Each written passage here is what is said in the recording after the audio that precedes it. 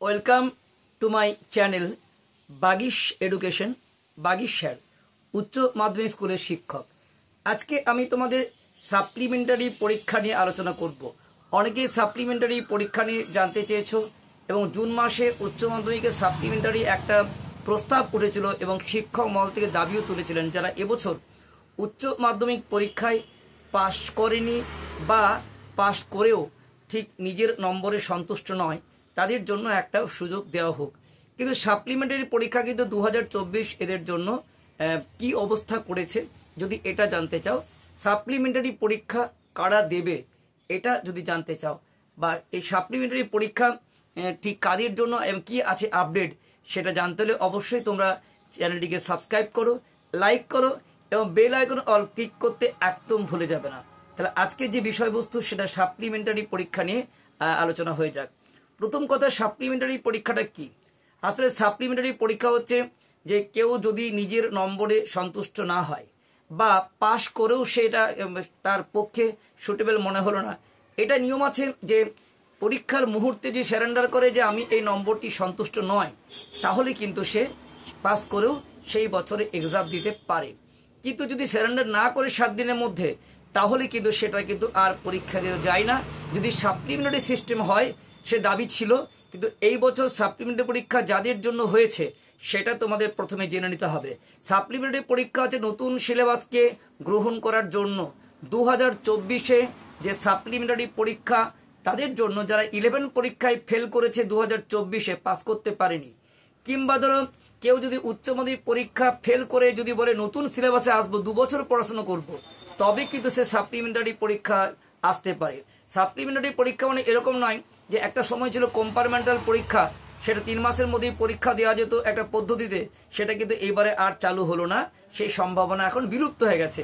এখন সাপ্লিমেন্টারি পরীক্ষায় আসতে হলে যারা ফেল করেছে তারা 2 বছর ধরে পড়াশোনা করতে হবে নতুন সিলেবাসে, সেমিস্টার ভিত্তিক পড়াশোনা, কিংবা 11 পরীক্ষায় তারা যদি পাস করতে পারেনি বা 11-এ পাস করেও যদি মনে করে যে আমি এই পুরনো সিলেবাসে পড়বো না, আমি নতুন সিলেবাসে পড়বো, অর্থাৎ 12-এ ভর্তি না হয়, অর্থাৎ 11-এ ভর্তি 2 বছর ধরেই পড়তে হবে, তবেই কিন্তু সে সাপ্লিমেন্টারি পরীক্ষা আসতে পারবে।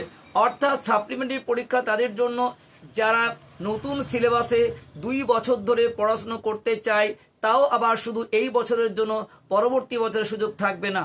তাই সাপ্লিমেন্টারি পরীক্ষা শুধুমাত্র 2 বছর ধরে যদি পড়াশোনা করতে চাও, উচ্চ মাধ্যমিক ফেল কিংবা তোমাদের দ্বাদশ শ্রেণীতে যারা উত্তীর্ণ হয়েছ, 12 না পড়ে আবার পুরনো 11-এ যদি ভর্তি হতে চাও, শুধু তারা একমাত্র সাপ্লিমেন্টারি পরীক্ষা দিতে পারবে।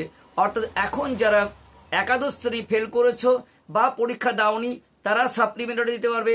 উচ্চ মাধ্যমিক পরীক্ষায় ফেল করে আবার 2 বছর ধরে পড়াশোনা করতে চাও, তারা নতুন সিলেবাসে সাপ্লিমেন্টারি পরীক্ষা দিতে পারবে।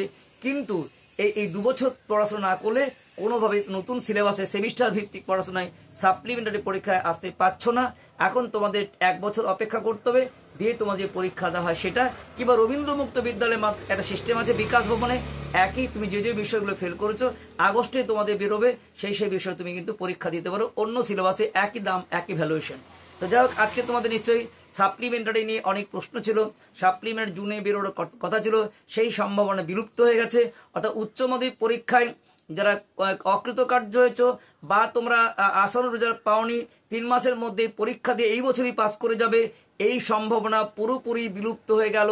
তোমরা যদি নিজের সিলেবাস চেঞ্জ করতে চাও, 2 বছর ধরে তোমাদের কিন্তু নতুন সিলেবাসে সেমিস্টার ভিত্তিক পড়তে হবে, কিংবা 1 বছর ওয়েট করতে হবে পুরনো সিলেবাসেই, কিংবা 1 বছরের মধ্যেই তোমাদের যে নেতাজি ওপেন আছে আগস্টে তোমাদের ভর্তি হয়, সেটাও 1 বছর সময় লাগবে, তাতেও তোমরা সিলেবাস চেঞ্জ করো, পড়াশোনা করতে পারো। নেতাজি ওপেনের সিলেবাস কিন্তু অনেক সহজ তোমাদের কাউন্সিলের চেয়ে, পশ্চিমবঙ্গে একই বিকাশ ভবন থেকে হয়ে থাকে।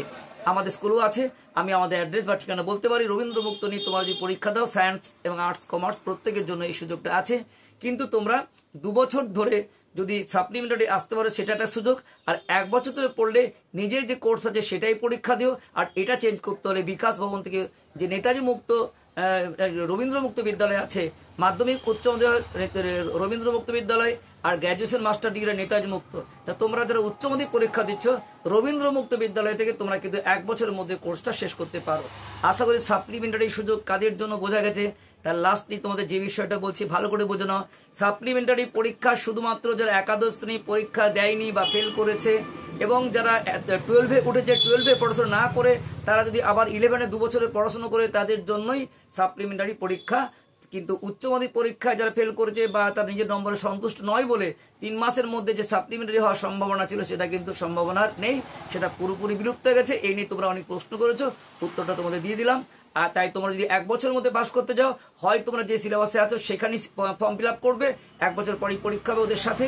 আর না হলে নেতাজি রবীন্দ্র মুক্ত বিদ্যালয় যেটা আছে সেখানে তোমরা উচ্চ মাধ্যমিক পরীক্ষা দেওয়া যায়। রবীন্দ্র মুক্ত শুধু উচ্চ মাধ্যমিক নয়, তার নিচে যারা মাধ্যমিক আছে তারা দিতে পারে, উচ্চ মাধ্যমিক পারে।